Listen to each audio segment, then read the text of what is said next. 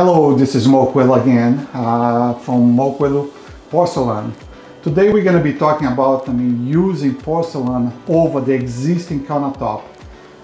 There is no need to remove your existing granite countertop. We're going to do all the prepare and show you exactly how we're going to be doing the installation.